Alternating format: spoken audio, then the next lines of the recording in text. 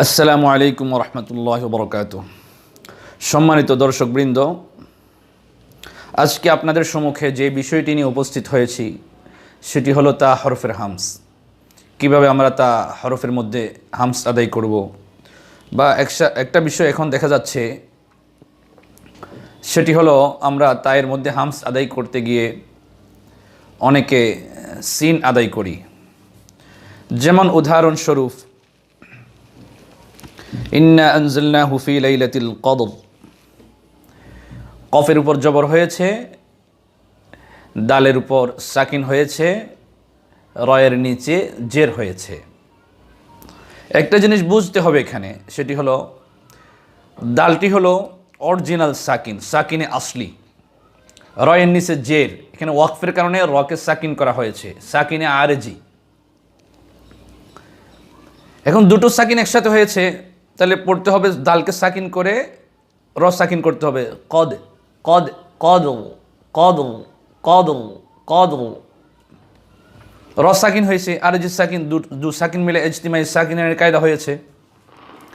যেমন নাকি ইদা শামসু কুউইরাত, এখানে তাটা হলো সাকিনে আসলি, কুউইরাত পূর্বে থেকেই সাকিন, সাকিনে আসলি। এখানে কথার কথা আপাতত একটা সিন নিয়ে আসি, কত কুইরত সি, শ্রীনিসে জের। তাহলে আমি এখানে কিভাবে পড়ব? আমাকে এখানে এভাবে পড়তে হবে, ওই কদরের মতন ইজতিমাই সাকিনাইনের কায়দা অনুযায়ী পড়তে হবে আমাকে। অর্থাৎ তাটা আগের থেকে সাকিন, সিনকে ওয়াকফের কারণে সাকিন করতে হবে।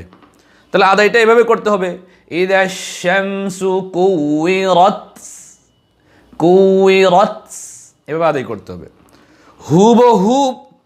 এখন যে বিষয়টি দেখা যাচ্ছে বর্তমান, সেটি হলো তায়ের মধ্যে হামস আদায় করতে গিয়ে এইভাবে আদায় করা হচ্ছে, সিনের মতন।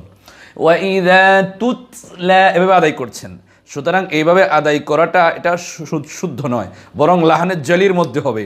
একটি হরফ নেই, আপনি একটি হরফ বাড়িয়ে দিলেন, সুতরাং এই কাজটি করা যাবে না। সুতরাং এটা থেকে আমাদেরকে বাঁচতে হবে। বাঁচার উপায় কি?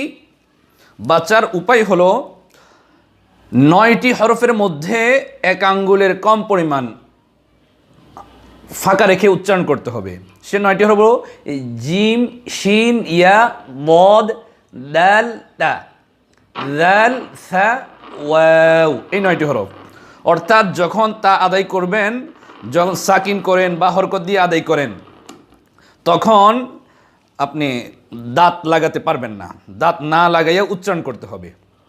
যেমন আমি আদায় করে দেখাচ্ছি আপনাদেরকে, ইদা শামসু কুইরাত, রাত, রাত, এটা হলো হামস, রাত, রাত, এটা করা যাবে না। আরেকটি হলো ওয়াইদা তুতলা, তুতলা, এই জায়গাতে সমস্যাগুলো বেশি হয়, তুতলা এভাবে আদায় করে। আরো জায়গা আছে, কানাত সারাবা, কানাত, এভাবে পড়ে থাকেন, লাহনে জালি হবে, লাহনে জালি, লাহনে জালি। এদগাম করার জন্য কিছু হাফসের কিতাবের মধ্যে যে সমস্ত এদগামের কওয়ায়েদ বর্ণনা করছেন মুসান্নিফিন হযরত রাহমাতুল্লাহ আলাইহি, নির্দিষ্ট কিছু মেসাল দিয়ে দিয়েছেন। এই সমস্ত মেসালগুলোর মধ্যে এদগাম হবে, অন্য কোথাও কায়দা পাওয়া গেলেও এদগাম হবে না। আরও আছে কাযযাবাত সামুদু, কাযযাবাত সামুদু, এটা তো রিওয়ায়াত হাফস অনুযায়ী এদগাম হবে না। কাযযাবাত সামুদু, এগুলো পরিষ্কার করে পড়তে হবে আপনাদেরকে, যাতে করে তায়ের পরে সিন না হয়। বাঁচার উপায় হলো দাঁত লাগানো যাবে না।